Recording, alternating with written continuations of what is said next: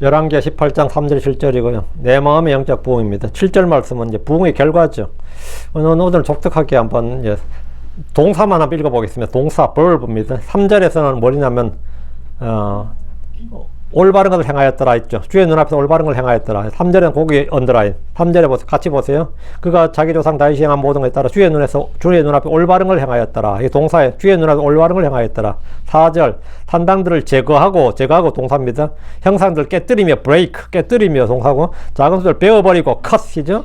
다음에 노새가 만들었던 노변 산단조각 부수었다. 산산적 부수었다. 이게 이제 5절에서는 예.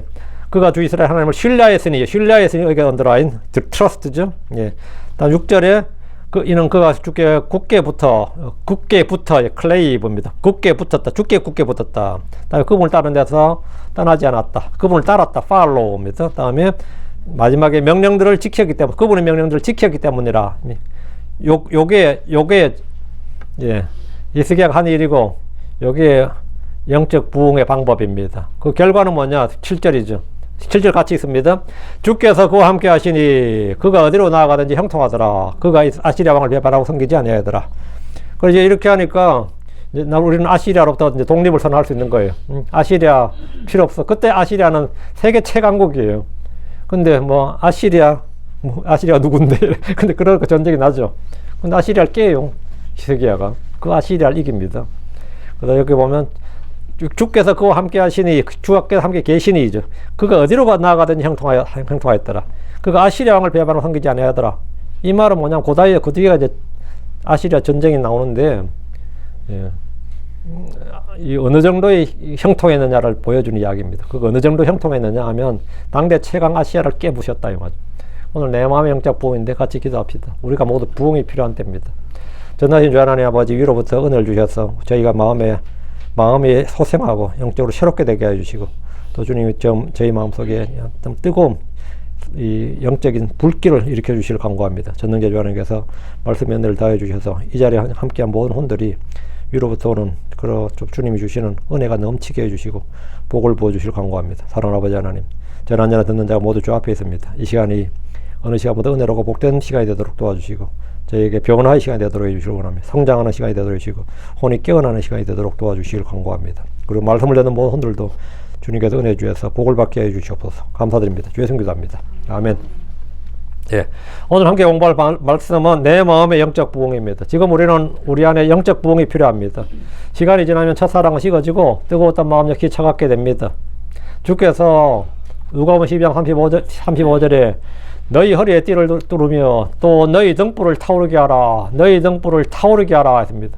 근데 언제부턴가 내 안에 등불이 꺼진 느낌이 들거나 아니면 그 희미하다는 생각이 들 때가 있습니다. 우리는 뜨거운 마음을 품고 뜨겁게 살아가고 뜨겁고도 효과적인 기도를 해야 됩니다. 영을 뜨겁게 해야 됩니다. 그러나 현실은 이와 달리 뜨거웠던 열정은 식어버립니다. 오늘날 우리의 교회나 대부분의 크리스천들의 가장 큰 고민은 영적 침체입니다. 뭐 교회는 어떻게 해서 나가긴 하는데 뭐 별로 새로운 것도 없고 그냥 영적 침체가 쭉 지속됩니다. 겉으로는 교회를 나오고 크리스천이란 정체성은 가지고 있는데 종교적인 활동을 하고 있지만 속 살아보면 말라가고 기쁨을 잃어버린 상태를 자주 경험합니다. 그래서 많이들이 현대교회를 빛이 없고 맛을 잃은 교회라고 진단합니다. 어떤 이는 잠든 교회, 병약한 교회, 죽은 교회라고 말합니다. 현재 미국 해마다 많은 수의 교회들이 문을 닫고 기독교인들이 기하급수로 줄어들고 있습니다. 미국 내 기독교 인구는 1970년대 90% 수준에서 2023년도는 66%로 지속적인 하락세를 보이고 있습니다. 특히 젊은 세대의 탈종교와 무교 비중이 증가를 하는데 지난 25년간 약 4천만 명이 교회를 떠났고 주류 및 복음주의 개신교와 가톨릭 교회가 모두 교인 감소를 겪고 있습니다. 특히 20대, 30대 젊은 층에서 기독교인의 비중이 현저히 낮아서 미래 세대 교회 이탈이 심화되고 있습니다. 미국 교회들은 지금 문 닫는 교회가 속출하고 있는 겁니다. 이것은 시대적 현상이라 간단히 치부할 수 있지만 국가적 사회적 문제가 아니라 우리 자신의 문제로 한번 생각해 보십시오. 우리가 미국 기독교, 한국 기독교의 쇠퇴와 타락을 좀 걱정하는 게 아니라 우리 개개인의 영적 상태를 점검해 봐야 됩니다. 내 자신이 어떤가 말이에요.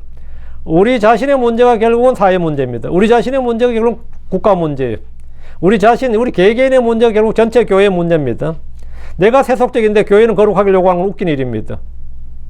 내가 세속적이면서 우리 교회가 거룩하길 원한다는 거 그만큼 웃긴 게 없어요. 나 같은 사람이 모인 게 교회인데 어떻게 내가 세속적인데 우리 교회가 거룩했냐. 그럼 교회가 깨끗하고 거룩하지 못한다고 막 욕하게 되면 그만큼 황당한 일이 없습니다. 자기가 육신적인데 교회가 육신적이지 않길 바란다는 것은 교회가 뭔지를 모르는 겁니다. 육신적인 성도가 모인 교회가 육신적인 교회예요. 세속적인 성도가 모인 교회가 성도들이 모인 교회가 세속적인 교회입니다.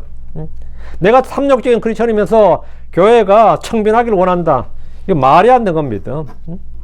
교회가 너무 탐욕적이다고 막 욕하는데 교회가 탐욕적인 게 아니라 내가 탐욕적인데 나 같은 사람이 모이는 교회가 우리 교회야. 그게 우리 교회라고요.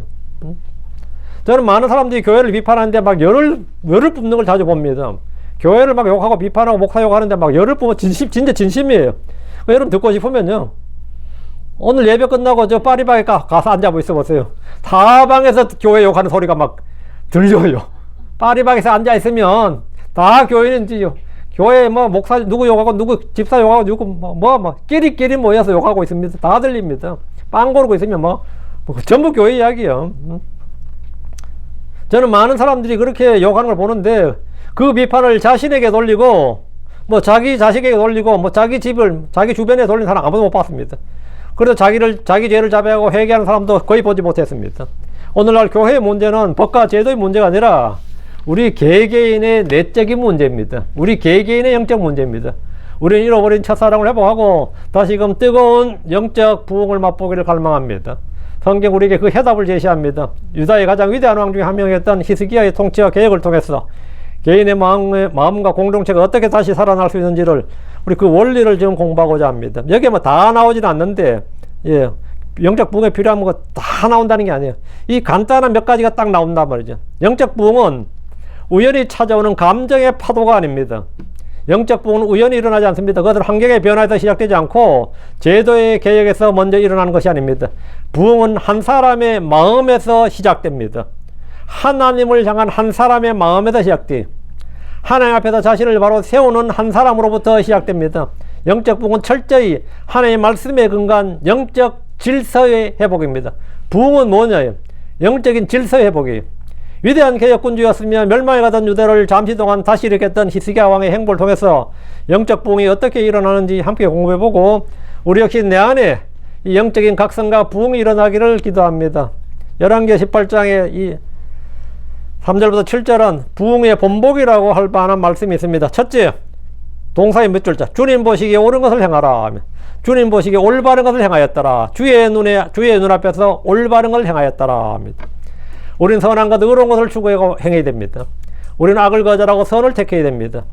예전에 제가 한국 어떤 목사를 초대해서 미국 교회 목사님인데 초청해서 부흥회를 했거든요. 사경이라 그랬는데. 근데 그분 설교 중간에 기억나는 게 그거예요. 옳은 것이면 행하고 그런 것이면 그만두라. 이제 영어로 아주 간단하더라고요. If it's right, do it. If it's wrong, quit it. Do it, quit it. 그리고 이게 언질이 박살죠. If it's right, 옳으면 do it 하고 If it's wrong, 틀리면 quit it. Do it, quit it. 올바른 걸 행하였더라 이거예요. 행위란 말만 나오면 뭐 율법주의니 행위구원이 하면서 거부하는 성도들이 있는데 성경은 영이 없는 몸이 죽은 같이 행위가 없는 몸은 행위가 없는 믿음은 죽은 것이라고 합니다.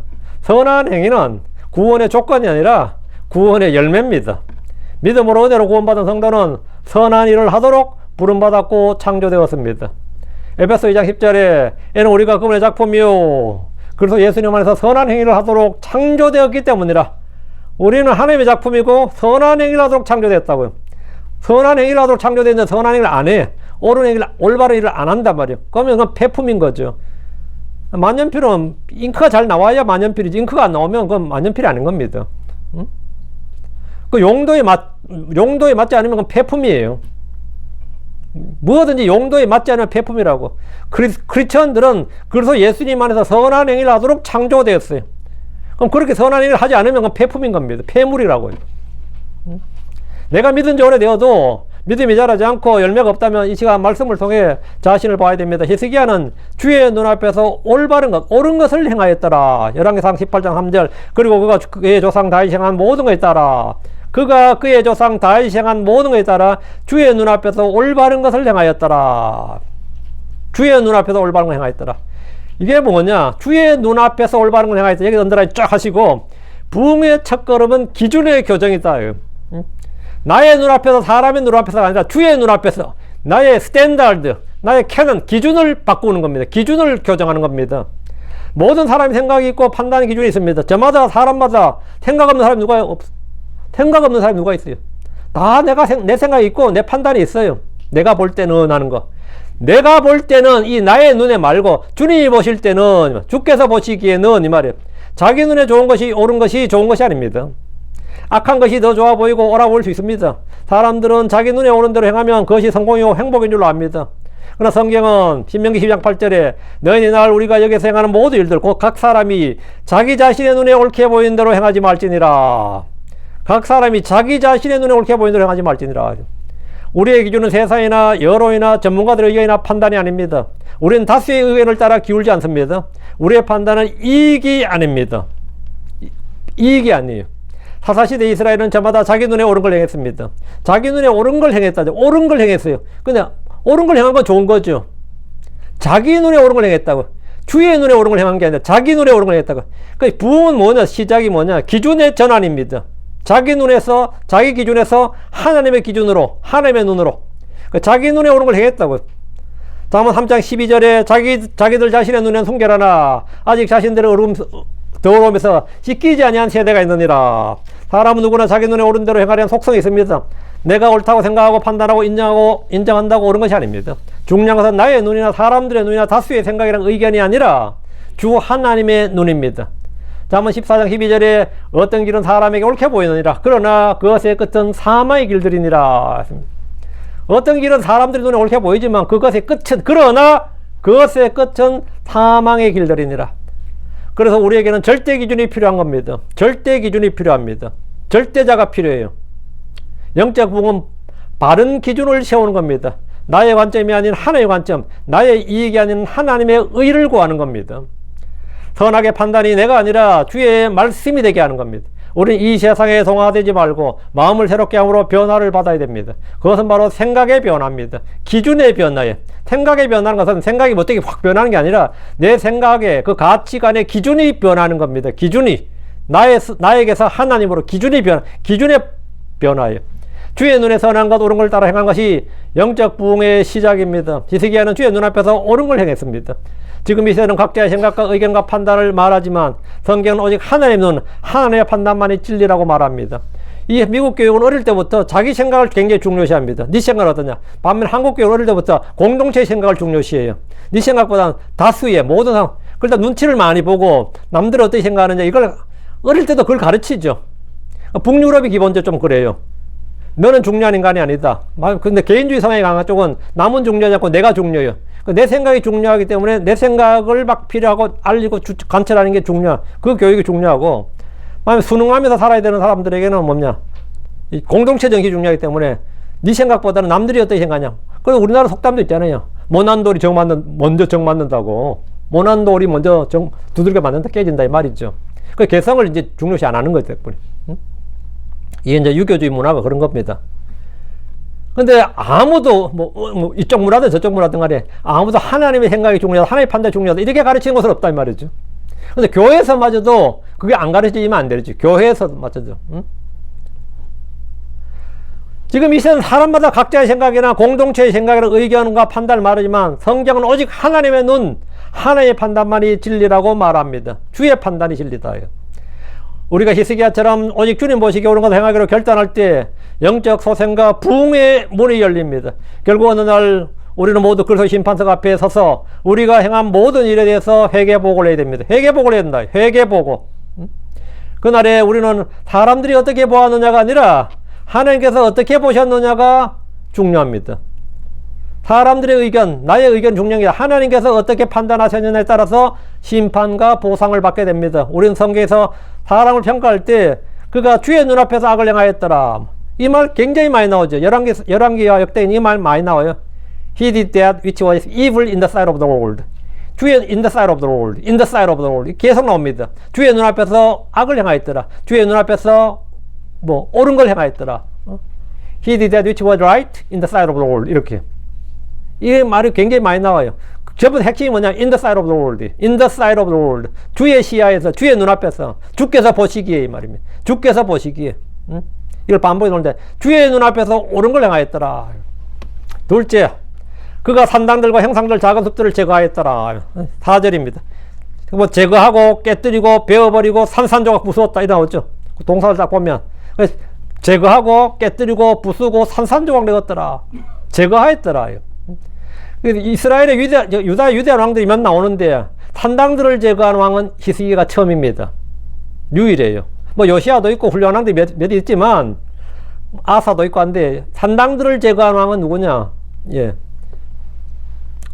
히스기야예요. 주의 눈에 옳은 것을 행하기로 했다면 버리고 돌이켜야 할 것들이 있습니다. 내가 주의 눈을 옳은 걸 했다. 옳은 것이 뭐냐 이게?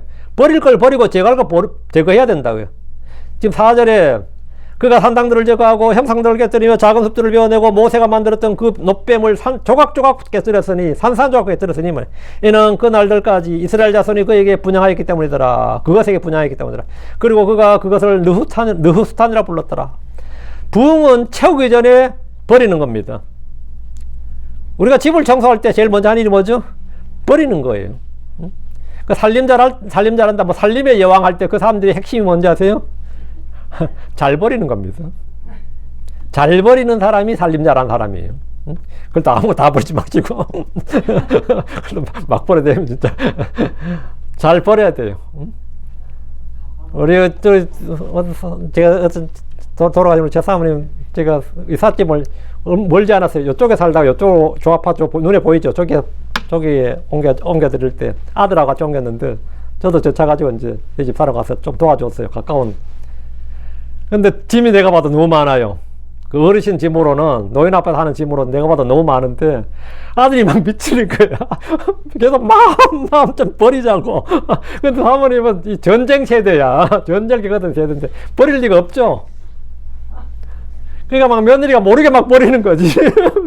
며느리가 나보고 가져가라 그러고 차에 실고 좀 가져가라 그러고 막 못 버리는 거예요. 그냥 간철하게 미니멀 라이즈. 간철하게 살아야 되는데 막 쌓아놓고 살죠. 쌓아놓고 하는데 우리 마음도 마찬가지입니다. 마음에도 쓸데없이 너무 많이 쌓여져 있어요. 부흥은 뭐냐? 채우기 전에 버리는 겁니다. 회개 없는 새로움에는 회개 없는 부흥은 없습니다. 히스기야는 산당들을 제거하고 형상들을 깨뜨렸으며 심지어 모세가 만들었던 놋뱀까지도 백성들이 우상화하자 그것을 산산조각 부숴버렸습니다.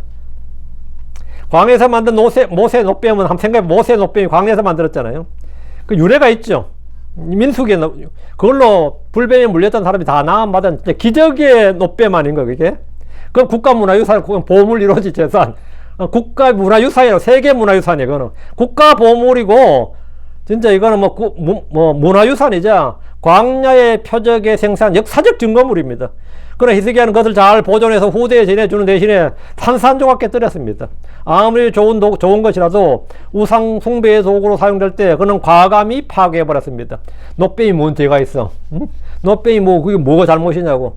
근데 과감히 파괴해버렸습니다. 때로 우리가 귀하다고 생각하고 보물로 여기는 것들이라도 우리에게 올무가 되는 것이라면, 성장을 방해하는 것들이라면 과감하게 버려야 됩니다. 과감히 버려야 돼요. 제가 선교 다닐 때 제 교수님이 난을 엄청 좋아했어요. 난치기를. 그 난값만 몇 천만이 넘어요. 난을 친다니까 쉬운 일이 아니더만 보니까. 다른 제가 달라서 분무기를 살살살 뿌려가면서는 살살 닦아줘가면서 그게 그건 난을 친다는 게 저는 그렇게 어려운 줄 몰랐어요. 근데 그게 또 관심 가진 사람들은 또 그 덕후들이 있거든요. 그게 열심히 하는 사람이 있는데 그 예수 믿고 나서 이제 막 성경 공부도 가르치고 막 이런 거 하게 되니까 그 몇천만 난을 다 버렸습니다. 그게 어떤 사람 그거 들으면서 그거 놔주지 그러고 막 이런 사람도 있고 왜 버리냐 그거 놔주지 그런 사람도 있고 하는데 영적 성장에 방해가 된다, 나에게 올무가 된다 그러면 다 버리고 깨뜨리고 없애는 겁니다. 부흥을 위해서 우리는 죄를 자백하고 회개해야 할 때 반드시 구체적인 행위가 뒤따라야 됩니다. 야곱은 영적인 위기 앞에서 자기 집안 사람들에게 모든 이방 신들을 버리라고 명하였고 그 우상들을 세겜 근처에 상수리 나무 아래 다 묻어버렸습니다. 그냥 아예 묻어버렸다고요. 아예 장사를 치러버린 겁니다. 선견자 사무엘 역시 이스라엘 백성에게 사무엘상 7장 3절에 만일 너희가 마음을 다해 주께 돌아오려거든 이방 신들과 아스다롯을 너희 가운데서 제거하라. 주님께 돌아오려거든 그저 할 일이 뭐라고요? 제거하라. 이방 신들과 아스다롯을 제거하고 돌아오라는 겁니다. 그냥 돌아오는 게 아니라 제거하라. 또 너희 마음을 주께로 예비하여 그분만 섬기라. 그리하면 그분께서 너희를 필리스틴 사람들의 손에서 구출하시리라. 구출은 결과고 제거하고 돌아오라는 거예요. 응? 미스바의 민족적 부흥은 우상들을 제거하고 마음을 예배해 주를 섬긴 결과였습니다. 회개는 눈물만 흘린 것이 아니라 생각과 길을 바꾸는 것이고 구체적으로 버리고 끊어버리는 행동입니다. 이제 다시는 이 죄를 짓지 않겠다고 말만 할 것이 아니라 죄를 가능하게 했던 도구나 관계성이나 환경이나 자료들을 다 실제로 버리고 묻어야 됩니다. 자꾸 나하고 술 마시지 않은 인간이 있으면 그건 삭제해버리고 차단해버려야 돼요. 전화번호에서부터 삭제를 해야 된다고. 카톡에서 삭제를 하고 아예 삭제를 하라고. 이 인간은 나한테 별 도움이 안 된다. 삭제해. 그걸 블락시켜버려요. 아, 니한테 아무리 연락하려도 연락이 안 되더라. 끊었어. 블락을 했다고. 응? 그걸 블락을 해야 된다고요. 그런 거 필요했던 그 도구들도 자꾸 내가 이걸 본다 그러면 뭐 요즘 TV 본다는 거겠지만 그런 거 다 뽑아서 버려야 돼요. 응? 버려야 됩니다. 여러분이 부흥을 갈망한다면 주님과 바른 관계를 맺고 싶다면 먼저 버려야 할 것, 묻어야 할 것, 깨뜨리고 제거해야 할 것들을 모두 깨끗이 처리해야 됩니다.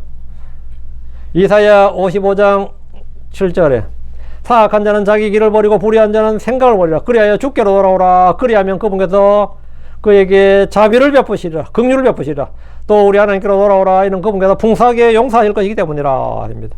사악한 자는 자기 길을 버려야 되고 불의한 자는 자기 생각을 버리고 주께로 돌아와야 됩니다. 히스기야는 그 땅에 오랫동안 있던 형상들을 제거했습니다. 산당들을 제거했어요. 야곱은 우상을 상수리 나무에 묻었습니다. 이스라엘은 바알과 아스타롯을 버렸습니다. 오늘 우리는 무엇을 버려야 됩니까? 그것을 실제로 지워버리고 끊고 던져버리고 정리하는 구체적인 행위는 그것이 없으면 우리는 부흥이라는 것은 기대할 수 없습니다. 그런 그 구체적인 행위가 없이 하는 것은 그런 부흥은 머리의 개념일 뿐이지 실체가 되지 못합니다. 오늘 우리에게 우상은 돌과 나무로 만들어진 형상이 아니라 돈과 명예와 성공과 쾌락과 사람 인정이나 자기 자신입니다.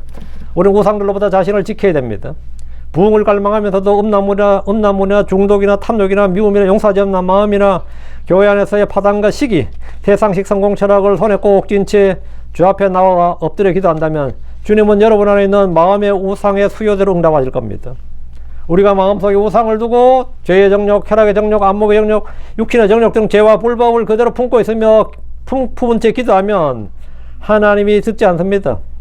그리고 영적 부흥은 주 하나님 앞에서 우상들, 불법들을 제거하는 겁니다.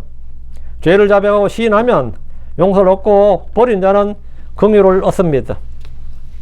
셋째, 5절입니다. 5절. 그가 주를 신뢰했더라. 주를 신뢰했더라. 히스기야는 자신을 신뢰하지 않고 주를 신뢰했습니다. 신뢰는 부흥의 동력입니다. 히스기야는 아시리아의 거대한 군대 앞에서 군대의 힘이나 경제력이나 여론의 힘이나 외교 동맹을 신뢰하지 않고 의지하지 않고 주 하나님을 신뢰했습니다. 주 하나님을 신뢰했어요. 5절. 그가 주 이스라엘 하나님을 신뢰하였으니 그러므로 그 위에 유다의 모든 왕들 가운데 그와 같은 자가 없었고 또한 그의 앞에 있었던 자들 중에도 없었더라. 주님을 신뢰했다는 면에서는 독보적이었다 이 말입니다. 히스기야가 독보적이었다요. 성경에 따르면 히스기야는 이스라엘의 모든 왕들 중에서 주님을 신뢰하는 면에서 독보적이었다. 다윗도 히스기야만큼 안 됐던 거예요. 다윗은 솔로몬도 히스기야처럼 히스기야가 최고, 이전에도 없었고 이후에도 없었다는 거예요. 신뢰는 영적 소생의 뿌리입니다. 눈에 보이는 상황이 절망적일지라도 보이지 않는 하나님을 더 실제로 여기는 것이 믿음입니다. 시편 125편 1절에 주를 신뢰하는 자들은 시온 산같이 되리니 그 산은 움직일 수 없으며 영원히 거하느니라 했습니다. 히스기야가 영적 개혁과 부흥을 시도하고 추진할 수 있었던 것은 그가 주를 신뢰했기 때문입니다. 히스기야가 당시 최강의 제국이었던 아시리아의 거대한 군대 앞에서도 무너지지 않았던 이유는 하나님을 신뢰했기 때문입니다. 하나님을 신뢰했습니다. 주님을 전적으로 신뢰한 자에게는 영적 번성의 열매가 반드시 뒤따르게 됩니다.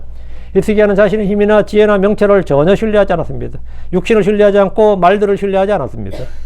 군대를 신뢰하지 않고 이집트를 신뢰하지 않았습니다. 외국의 동맹이죠.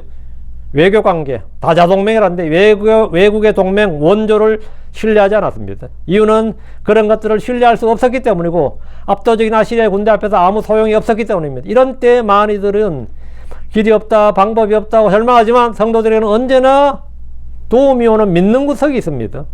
신뢰의 대상이 있다. 우리는 저는 믿는 구석이 있다. 저건 믿는 구석이 있다고. 우리가 모르죠. 제가 믿는 구석이 있다. 그 믿는 구석이 뭐죠? 예, 우리는 하나님이 있다. 주 하나님을 신뢰하는 겁니다. 잠언 3장 5절 6절에 내 마음을 다하여 주를 신뢰하고 내 자신의 명치를 의지하지 말라. 내 모든 길에서 그분을 인정하라. 그리하면 그분께서 내 행로들을 지도하시리라. 우리의 생각과 계획과 분석과 숫자와 경험은 불완전합니다. 시편 42편 4절에 주를 자기의 신뢰로 삼고 교만한 자나 거짓말로 치우치는 자들을 존중하지 않으면 그 사람은 복이 있도다. 예레미야 11장 5절에 주께 이같이 말씀하시니라. 사람을 신뢰하고 육체를 자기의 무기로 삼으며 그의 마음이 주로부터 떠나는 그 사람은 저주를 받으리라. 사람을 신뢰하고 자기 육체를 무기로 삼는 사람, 마음이 주로부터 떠난 사람은 저주를 받는다. 예레미야 17장 7절 주를 신뢰하는 사람과 자기의 소망이 주인 사람은 복이 있도다. 사람들은 주님 외에 신뢰할 것이 많아야 능력 있는 사람이라고 인정받습니다. 주님 외에도 내가 신뢰할 것이 많아요. 그것이 뭐 학력이든 경력이든 집안 배경이든 하여튼 뭐 인간관계 네트워크 뭐 좋든지 하여튼 그런 게 많아요. 그 자랑거리잖아. 그 사람 그래도 능력이 있어. 그 사람은 주님 외에 자랑할 것이 있고 신뢰할 것이 있어야 그게 인성관 인생이지. 주님 외에 내가 자랑할 것이 없으면 실패한 인생으로 보는 거지. 세상은 그래요. 높은 학력이나 좋은 경력이나 많은 인맥이나 좋은 집안의 배경이나 능력은 신뢰할 만한 것들입니다. 많은 돈이 있다면 더 할 나위가 없는 겁니다. 그거다 돈까지 많다 더 할 나위가 없어요. 이 시대는 하나님 외에 한 가지라도 신뢰할 만한 것들을 더 갖기 위해서 경쟁이 치열합니다. 내가 신뢰할 만한 것, 자랑할 만한 것 하나도 더 갖추기 위해서 어릴 때부터 그렇게 돈을 쏟아붓는 겁니다. 애들한테 쏟아붓는 겁니다. 하나님 외에 네가 신뢰할 만한 거, 자랑할 만한 것을 갖춰야 된다고. 하나님 외에도. 하나님 없이도 살아야지. 하나님, 언제까지 하나님 의지하고 살 거냐. 뭐 그랬죠. 응? 부모들이 가끔 자식한테 그러죠. 언제까지 네가 이 부모 의지하고 살 거냐. 니들 알아서 살아야 될 거 아니냐. 그 말 하죠. 언제까지 두 손 벌려서 부모만 쳐다보고 살 거냐. 니들 이제 다 컸는데 이런 말 하거든요. 그거 독립심을 키워주고 자립심을 키워준다고. 근데 뭐 마치 비슷해요. 언제까지 하나님만 쳐다보고 살 거냐. 언제까지 하나님만 신뢰하고 살 거냐.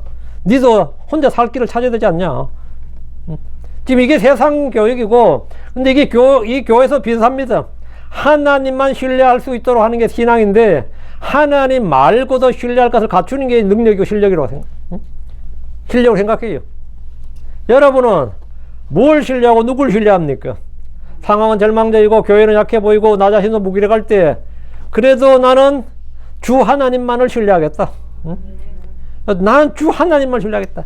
요게 바로 요 믿음에서 부흥이 시작된 겁니다. 내가 정말 자랑할 게 하나도 없고 신뢰할 것이 하나도 없고 누가 물으면 부끄럽고 오케이. 근데 부끄러울 것도 없어요. 난 연약함을 자랑하니까. 그게 뭐냐 이거. 거기서 부흥이 시작된다고. 시편 56편 3절에 내가 두려워할 때 내가 주를 신뢰하리이다. 이 말씀대로 두려움이 사라진 뒤에 하나님을 신뢰하는 것이 아니라 두려운 그때에 하나님을 신뢰하는 겁니다. 절망의 순간에 그런 시간이 주를 신뢰할 때입니다. 불신은 역사를 먹고 신뢰는 역사를 부릅니다. 하나님이 주님께서 어떤 도시 가서 거기서 능력 있는 많은 일을 행하지 않으셨다 그래요. 근데 그 이유가 뭐냐? Because of their unbelief. 이렇게 됐어요. 그들의 불신 때문이니라. Because of their unbelief. 그들이 믿지 않은 그들의 불신으로 인하여 주님께서 거기서 일 안 했다 이거. 많은 일 안 했다 이거. 능력 있는 많은 일을 하지 않았다 이거. 마태복음 13장 58절에 나오지. 그 불신이 있는 곳에서는 뭐 주님이 일하지 않는다. 신뢰가 있는 곳에는 주님은 일하신다. 예. 효과지고 건너있게 하나님의 말씀이 그 사람 속에서 일한다. 넷째입니다. 6절입니다. 그가 주께 굳게 결합하였더라. 굳게 결합하였더라. 주께 굳게 결합했다. 결합했다 이게 뭐냐? 밀착했다. 클레이브. 달라붙었다고요. 그거 밀착했다. 굳게 붙들었다는 건데, 붙들렸다는 건데, 마치 접착제로 갈라진 틈을 메우고 떨어진 것들을 붙이듯이 히스기야는 주께 굳게 결합했습니다. 지금 18장 6절에 이는 그가 주께 굳게 결합하여, 굳게 결합하여 말은 붙어 있었다. 클레이브죠. 클레이브인데, 이 말은 떨어지지 않고 달라붙어 있다는 뜻으로 잠깐 열심을 내다가 식어버린 것이 아니라 지속적인 결합을 말합니다. 히스기야는 주님과 틈이 없었습니다. 붙어 있었다. 이 표현은 사랑하는 여인들의 마음이 연합하듯이 혹은 뼈와 살이 붙어 있듯이 강력한 밀착을 의미합니다. 솔로몬은 말년에 자기 아내로 삼은 이방 여인들에게 그의 마음이 달라붙었습니다. 열왕기상 11장 2절에 솔로몬이 사랑함으로 이들에게 달라붙었더라. 솔로몬이 여자들이 자기 이방 여자들과 그 이방 아내들과 달라붙었다고요. 사랑으로 달라붙었다잖아요. 솔로몬의 마음이 주님과 멀어지고 대신 이방 신들을 따르게 된 것은 이방 여인들을 사랑함으로 그들에게 밀착했기 때문입니다. 아방은 여로보암의 죄들에 달라붙어서 거기서 떨어지질 않았습니다. 열왕기 3장 3절에 그럼에도 불구하고 그는 이스라엘로 죄를 짓게 만들었던 느바세 아들 여로보암의 죄들에 달라붙어 있었으니 그가 거기에서 떠나지 않아야 했더라. 달라붙어서 떠나지 않더라 이거요. 사람들은 이것을 광적인 집착이라고 합니다. 사람들이 미친 듯이 붙드는 것이 있는데 우리가 굳게 붙들어야 할 대상은 주 하나님입니다. 신명기 10장 20절에 너는 주 내 하나님을 두려워할지니 그분을 섬기며 그분에게 내가 달라붙고 그분의 이름으로 맹세할지니라. 그분을 두려워하고 그분을 섬기며 그분에게 내가 달라붙고 하나님께 내가 하나님께 매달린다고. 응? 어린애들이 엄마한테 막 달라붙고 한 거 있죠. 그런 거. 여호수아는 죽기 전에 백성들에게 이것을 말했습니다. 여호수아 22장 5절에 오직 부지런히 주의를 기울여 주의 종 모세가 너에게 명한 명령과 율법을 행하며 주 너희 하나님을 사랑하며 그분의 모든 길로 걷고 그분의 명령을 지키며 그분께 달라붙어 너희의 온 마음과 온 혼을 다하여 그분을 섬길지니라. 그분께 달라붙어라. 그분께 달라붙어. 신약에도 이 명령이 있습니다. 사도행전 11장 23절에 그가 와서 하나님의 은혜를 보았을 때 즐거워하며 그들 모두에게 마음의 작정을 하고 그들이 죽게 붙어 있으라고 권면하였더라. 사도 바울이 한 권면이 뭐냐? 그들 모두에게 마음에 작정하고 작자고 뭐 죽게 붙어 있으라. 죽게 붙어 있으라고 권면했다는 겁니다. 이것은 포도나무와 가지와 머리와 지체들처럼 유기적으로 그렇게 결합하고 연합되어 있어야 된다는 겁니다. 주님께 붙어 있었던 인물들은 항상 복을 받았습니다. 여호수아와 갈렙은 전심으로 주를 따르며 그분께 붙어 있었기에 약속의 땅을 상속받았습니다. 주님과 우리 사이에 죄의 먼지조차 끼지 못하게 밀착해야 됩니다. 그것이 열매를 맺고 더 많은 열매를 맺는 방법입니다. 나무가 땅에 뿌리를 내리듯이 우리는 주 예수 그리스도 안에 뿌리를 내림으로써 그분으로부터 모든 것을 공급받아서 자라게 하신 대로 자라나야 합니다. 오늘 우리의 문제 중 하나는 잠깐 뜨겁다가 금방 식어버리는 간헐적 신앙입니다.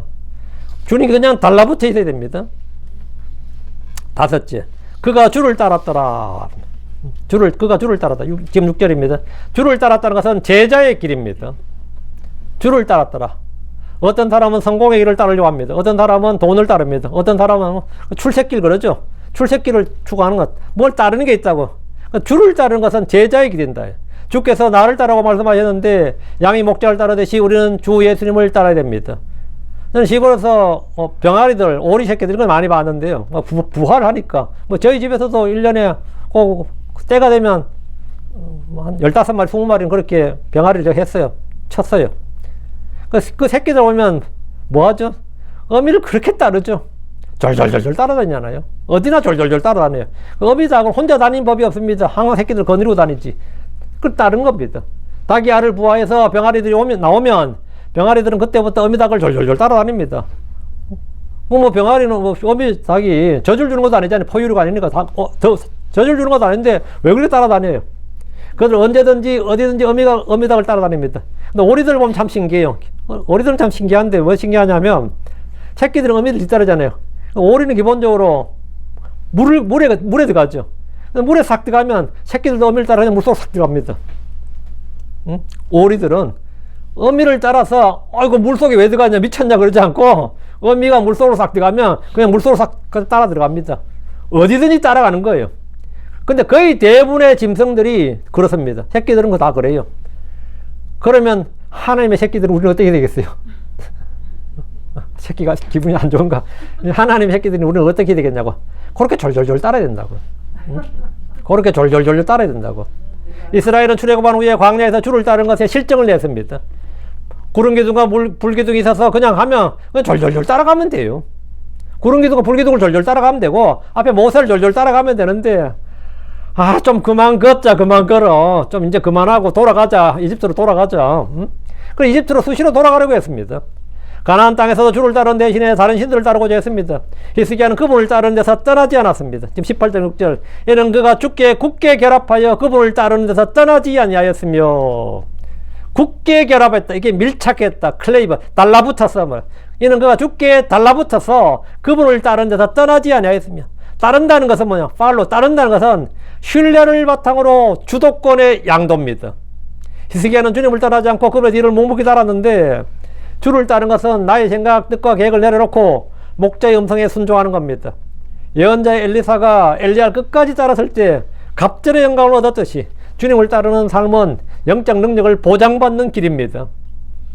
예수님은 제자들에게 이 제자의 자격 요건에서 말씀하셨습니다. 마태복음 16장 4절에 그때 예수님께서 그분의 제자들에게 말씀하셨더라. 만일 어떤 사람이 나를 따라오거든 자기를 부인하고 자기 십자가를 지고 나를 따를지니라. 요한복음 10장 20절에 내 양들은 내 음성을 듣느니라. 또 나는 그들을 알고 그들은 나를 따르느니라. 그가 주님의 양이라는 표지가 뭐냐고요. 사인이 뭐냐고요. 그래서 음성을 듣고 따르는 겁니다. 성경에서 주님을 온전히 따른 사람으로 갈렙이 있는데 민수기 14장 4절에 그러나 내 종 갈렙은 그가 갔던 땅으로 내가 그를 데려갈 것이요 또 그의 씨가 그 땅을 소유하리니 이는 그가 다른 영을 지니어 나를 온전히 따랐기 때문이었더라. 갈렙은 뭐냐? 그 나머지 이스라엘 사람과는 다른 영을 지녔다고. 이스라엘 사람들은 정탐꾼 10명, 여호수아 갈렙 빼고 나머지 정탐꾼 10명이나 이집트로 돌아가지 않은 사람들은 믿음의 영을 지니질 않았습니다. 순종의 영, 믿음의 영이 없었어요. 그가 다른 영을 지녀. 이 말은 뭐냐면 믿음의 영, 순종의 영을 지녔다고요. 나를 온전히 따랐기 때문이더라. 나를 온전히 따랐기 때문이다. 갈렙은 다른 영을 가졌고 온전히 주를 따랐습니다. 그 결과 그는 광야에서 죽지 않고 약속의 땅에 들어갔고 주님 주신 상속을 받았습니다. 우리는 이 세상 사람들과 세상 사람과 당연히 다른 영을, 세상의 영을 받은 사람과 당연히 다른 영을 받았고 이 육신적인 크리스천들 일반 장로교를 비롯해 일반 또 장로교 교인들이 열받겠다마는 장로교 감리교 이런 사람들하고는 우리 다른 영을 지녀야 돼요. 응? 다른 영을 지닌 사람들이라 다른 영을 지녔다. 그래서 다른 영을 지녀서 날 온전히 주님을 따른다. 응? 이 시대에 우리 온전히 주를 따르는 그 결과가 우리는 하늘에서 그리스도의 심판대에서 보상을 받는 겁니다. 주를 따른다는 것은 기존의 삶의 우선순위를 내려놓고 주님의 부르심을 우선순위로 삼는 겁니다. 부흥은 예수님을 한번 믿어본다는 수준이 아니라 그분을 따라가겠다는 선한 소원과 의지적 결단에서 나오는 겁니다. 6째. 16절 다시죠. 그가 그분의 명령들을 지켰더라. 동사가 지금 나오죠. 주께서 모세에게 명령하신 그 명령들을 지켰기 때문이더라. 명령들을 지켰다. 히스기야 영적 부흥은 주를 따르고 주께서 모세에게 명령하신 그분의 명령들을 지켰기 때문입니다. 이는 그가 오직 주께서 모세에게 명령하신 그분의 명령들을 지켰기 때문이더라. 부흥은 감정의 뜨거움을 추구하는 것이 아니라 주의 말씀과 명령에 순종하는 겁니다. 히스기야는 모세가 명령하신 주의 명령들을 지켰습니다. 요한복음 14장 15절에 만일 너희가 나를 사랑하면 내 명령들을 지키라. 21절에도 내 명령들을 가진 자와 그것들을 지키는 자 그가 나를 사랑한 자요 나를 사랑한 자는 내 아버지가 사랑을 받을 것이요 나도 그를 사랑하여 그에게 나 자신을 나타내리라 했습니다. 주 예수님은 성도들이 주를 사랑하는 것이 무엇인지 분명히 가르치셨습니다. 주님을 사랑하는 것이 뭐냐 이거. 주의 명령들을 지킨다. 내가 마음과 성품과 힘을 다해 주를 사랑합니다. 이 말은 뭐냐? 내가 주의 명령, 주의 말씀을 마음과 성품과 힘을 다해 지키겠습니다. 이 말입니다. 나의 신앙 고백, 사랑의 고백은 뭐냐? 내가 주의 말씀을 지키겠다는 고백이에요. 응? 내가 주의 말씀을 지키겠다는 고백, 그게 사랑입니다. 그게 사랑이에요. 여러분은 주의 명령들을 지키고 있습니까? 요한복음 14장 3절 예수님께서 그에게 대답하여 말씀하였더라. 만일 사람이 나를 사랑하면 그가 내 말들을 지킬 것이요 또 내 아버지께서 그를 사랑하시리라. 이에 우리가 그에 가서 우리의 거처를 그와 함께 있게 하리라. 주의 명령을 지키는 것은 단순한 의무가 아니라 복을 받는 겁니다. 복을 받는 길입니다. 신명기는 하나님의 명령에 순종할 때 들어와도 복을 받고 나가도 복을 받을 것이라고 했습니다. 이 말은 뭐죠? 내가 복을 쫓아다니는 것이 아니라 복이 나를 쫓아다닌다는 겁니다. 들어와도 복을 받고 나가도 복을 받는다. 이 말은 뭐냐? 내가 가는 곳에 복이 있는 거죠. 복이 나를 따른다고요. 많은 사람들은 복을 쫓아다니지. 기복주의 신앙이 뭐죠? 복을 쫓는 거잖아요. 근데 복을 쫓는 게 아니라 복이 나를 쫓는다고. 부흥의 마지막 축은 뭐냐? 순종입니다. 명령을 지키는 거예요. 하나님의 명령을 아는 것에서 그쳐서는 안 되고 그것을 지켜야 됩니다. 사랑은 감정이 아니라 순종으로 증명되는 겁니다. 사랑은 감정이 아니라 순종으로 증명되는 겁니다. 예. 요한일서 2장 3절 4절에 또 우리가 그분의 명령들을 지키면 이로써 우리가 그분을 아는 줄 우리가 아느니라. 내가 그분을 아노라 말하며 그분의 명령들을 지키지 아니한 자는 거짓말쟁이요 또 진리가 그 속에 있지 아니하니라. 명령을 지키지 않으면 거짓말쟁이고 진리가 그 속에 있지 않다고요. 성경은 주를 안다고 하면서 그 명령들을 지키지 않는 자를 모두 거짓말쟁이라고 단언합니다. 히스기야는 주의 명령을 지킴으로써 율법의 기록대로 복을 받았습니다. 복을 받았어요. 신명기 28장 1절 2절은 그리고 이러한 일이 일어나리니 만일 내가 주 내 하나님의 음성에 부지런히 귀를 기울여 내가 이날 내게 명령하는 그분의 명령들을 지키고 행하면 주 내 하나님께서 이 땅의 모든 민족들 위로 너를 높이 세우시리라. 그리고 내가 주 내 하나님의 음성에 귀를 기울이면 이 모든 복이 내게 와서 너를 따라잡으리라. 이거 음성에 귀를 기울이면 어때요? 이 모든 복이 내게 와서 너를 따라잡으리라. 복이 너를 따라잡는다고요. 네가 복을 따라잡는 게 아니라 복이 너를 따라잡는다고. 그 복은 뭐죠? 순종의 결과라고, 열매라고. 하나님께 주시는 은혜와 복은 항상 결과고 열매예요. 주의 명령들을 지키고 행하면 복은 자연스럽게 그 사람을 따라옵니다. 세상 사람도 하는 말이 있어요. 돈을 따라가는 사람 절대 돈 못 번다 그래요. 응? 돈이 그 사람을 따라다녀야 된다 그래요. 돈이 그 사람을 따라다니 그 사람이 큰 부자 되지 돈 따라다니는 사람은 절대 부자 못 된다. 제가 어릴 때는 맞죠. 학교 가면 운동장에서 애들을 낮에 그냥 풀어라 점심에 풀어놓으면 공 몇 개 던져놓으면 막 그거다 축구라고 난리거든요. 근데 꼭 그 애들 많은 데서 축구 공로를 해도 잘한 놈이 눈에 띄어요. 항상 그런 발에만 공이 가는 거야. 근데 어떤 놈은 하루 종일 뛰어다니는데 공만 따라다니면서 공을 못 차. 계속 뛰긴 하는데 공을 1시간 동안 해도 공을 몇 번 못 차요. 어쩌다 자기한테 튀어오면 하나 찼는데 어쩌다 튀어 차려면 또 헛발질하네 또. 어쩌다 자기 앞으로 공이 와서 막 뛰어갔는데 또 헛발질하고 또 다른 놈한테 뺏기고. 근데 오늘 좀 잘하는 놈들 보면 이상하게 공이 그놈한테만 가는 것 같아. 근데 진짜 실제로 그래요. 그래서 우리 최우선은 그래요. 공의 길목을 지킬 줄 알아야 되지. 공의 길목을 지킬 줄 알아야지 그게 구기종물 잘하는 거지. 공 따라다니는 놈은 절대 공 못 친다 그래요. 그건 그냥 체력만 빼는 뿐이지. 그건 세상에서 똑같습니다. 돈 따라다니는 사람은 절대 돈만 못 법니다. 그렇게 성공을 뭐 추구하면 성공 못 해요. 그냥 내가 하는 일에서 열심히 하다 보면 뭐 우연에 의해서 부자가 되든 뭘 해서 가든 간에 그 결과로서 뭐가 나오는 거예요. 마찬가지로 복을 구한다고 막 그렇게 새벽기도 하고 뭐 철야기도 하고 복을 구하는 사람이 있거든요. 그렇게 복을 구한다고 복이 오는 게 아닙니다. 주의 명령을 따르면 하나의 복이 그 사람을 따라오는데 나가다 복을 받고 들어가다 복을 받는다잖아요. 부흥은 많은 지식과 강렬한 감정과 화려한 프로그램에서 오는 것이 아니라 말씀에 대한 전심의 순종으로 완성됩니다. 열왕기 18장 7절에 형통은 부흥의 결과였다 이렇게 나오죠. 열왕기 18장 7절 그리고 주께서 그와 함께 계셨으며 그가 어디로 가든지 형통하였더라. 그리고 주께서 그와 함께 계셨으며 그 3절부터 6절까지가 희석의 한 일이고 그 결과가 뭐냐? 주께서 그와 함께 계셨으며 그가 어디로 가든지 형통하였더라 하잖아요. 형통하였더라. 형통은 부흥의 결과입니다. 그가 어디로 가든지 형통했다는 것은 율법이 약속한 복을 다 받았다는 말입니다. 어디로 가든지 들어가든지 나가든지 복을 받았다고요. 주께서 그와 함께 계셨다는 것은 계셨다는 하나님의 임재는 우리 인생에 누릴 수 있는 최고의 복입니다. 하나님 함께 계시면 아시아 제국의 위협도 두려움의 대상이 아닙니다.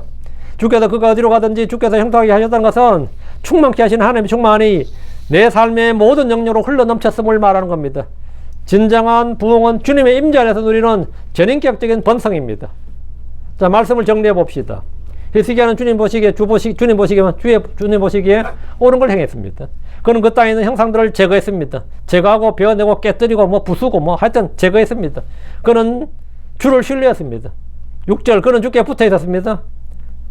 그의 마음은 주로부터 떨어지지 않았습니다. 그는 주를 따랐습니다. 그는 주의 명령을 지켰습니다. 그 결과 주께서 그와 함께 계셨습니다. 주께서 그 어디로 가든지 형통하게 하셨습니다. 그것이 뭐냐? 형통이고 부흥입니다. 부흥은 프로그램이 아니라 주의 말씀에 따라 행하는 겁니다. 부흥은 사람의 수가 늘어난 것이 아니라 내 안에서 말씀이 자라나고 강해지는 겁니다. 이제 내 안에 좀 말씀이 쌓였다. 내 안에서 이제 말씀이 내 안에 좀 내가 생각나는 말씀, 기억나는 말씀, 내가 사용할 수 있는 말씀들이 내 안에 몇 개 있단 말이죠. 그게 부흥이에요. 내 안에 말씀이 쌓이는 거, 내 안에 말씀이 늘어나는 거, 말씀이 increase가 되는 거. 말씀이 increase가 되면 믿음도 increase가 돼요. 응?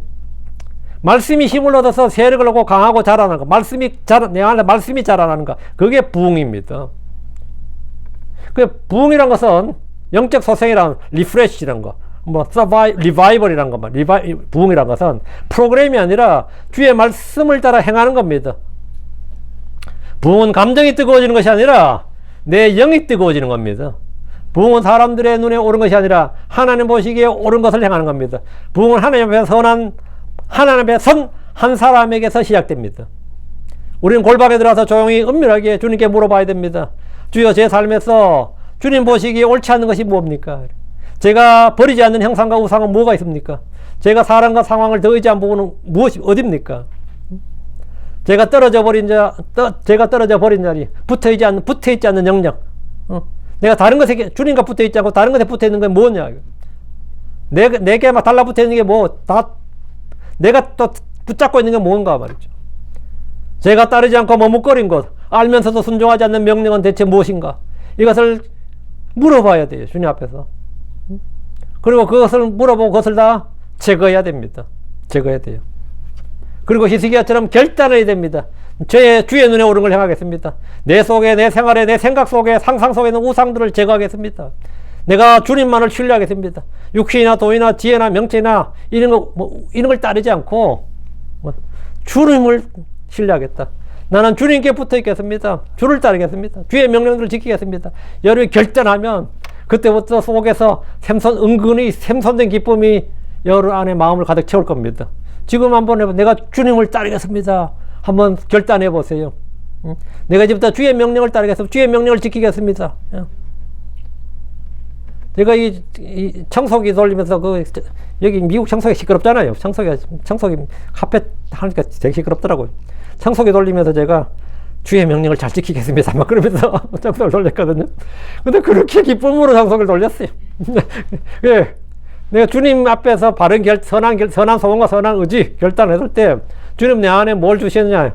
평안과 기쁨과 은혜를 주셨어요. 응? 평안과 주셨어. 여러분도 이렇게 해야 됩니다. 해야 돼.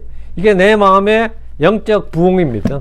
내 마음 영적 부흥입니다. 그래서 우리 교회가 이래야 돼야 우리 교회가 이래야 되니 저래야 되니 하지 말고 내가 이래야 되니 저래야 되니 이래야 돼요. 응? 우리 교회가 이래야 되는데 이런 걸 고쳐야 되는데 그거 하지 말고 내가 이렇게 되고 이렇게 고쳐야 되고 이렇게 되고 내가 그렇게 되면 그런 사람이 모인 것이 우리 교회입니다. 그런 사람이 모인 것이 우리 교회예요. 내가 깨끗해야 되는데 그래요. 그러면 그 사람이 모인 것이 깨끗한 교회인 겁니다. 그 내가 불평불만 잔뜩 하면 그런 사람이 모인 것이 불평불만이 가득한 교회가 되는 겁니다. 교회는 당연히 사람이 회중이 모인 것이 교회예요. 내 마음이 영적 부흥이 되면 그 교회가 부흥하는 교회입니다. 우리 교회가 좀 부흥하는 교회가 됩시다. 예. 부흥. 부흥하는 교회 됩시다. 기도합시다. 이제적으로 간주하는 감사합니다. 하나님께서 주신 말씀 선포했습니다. 선포된 모든 말씀들이 성도들에게 좀 잘 전달되고 잘 받아들여지게 해주시고 듣는 분들이 깨닫지 못하는 말씀들이 있게 해주십시오. 속히 다가오는 사탄이 말씀을 빼앗아가지 않도록 해주시고 이 말씀이 믿음과 결합하지 못해서 또 마음에서 흘러나가지 않도록 해주시옵소서. 전능자주 하나님, 저희가 말씀을 마음의 보고에 쌓아두기를 원합니다. 그리고 아버지 하나님, 이 말씀을 잘 사용할 수 있도록 해주십시오. 선한 지혜와 명체를 위로부터 허락하여 주시옵소서. 전능자주 하나님, 깨닫는 마음을 주셔서 저희가 말씀에서 어긋나지 않게 해주시길 원합니다. 히스기야가 그랬던 것처럼 저희가 주의 눈에 올바른 것을 행하게 하시고 마음에 있는 또 생활에 있는 모든 우상들을 제거할 수 있도록 해 주시옵소서. 전능자주 하나님께서 복을 주시길 원합니다. 그래서 저희가 이 육신의 것들, 자랑할 만한 것들을 다 없애버리고 오직 주님만을 신뢰하고 주님만을 따르기를 간절히 원합니다. 사랑하는 아버지께서 복을 주시고 은혜 베풀어 주십시오. 그리고 더욱더 밀착해서 주님과 굳게 결합하게 하여 주시옵소서. 주님과 저희 사이에 틈이 없기를 원합니다. 사랑하는 아버지 하나님, 저희가 우리 주 예수 그리스도의 참 지체들입니다. 그리고 주님을 저희가 그 음성을 듣고 순종하는 또 다른 종들인데 주 하나님께서 주셔서 저희가 제자로서 주님을 따른 제자로서 조금 더 부족함이 없도록 제자의 요건에서 조금 더 부족함이 없도록 인도해 주시기를 간구합니다. 아버지 말씀이 계속해서 선포될 수 있도록 해주시고 성도들이 계속해서 귀한 시간 내어서 하나님의 말씀을 잘 듣고 순종할 수 있도록 해주십시오. 감사드립니다. 주의 성기도합니다. 아멘.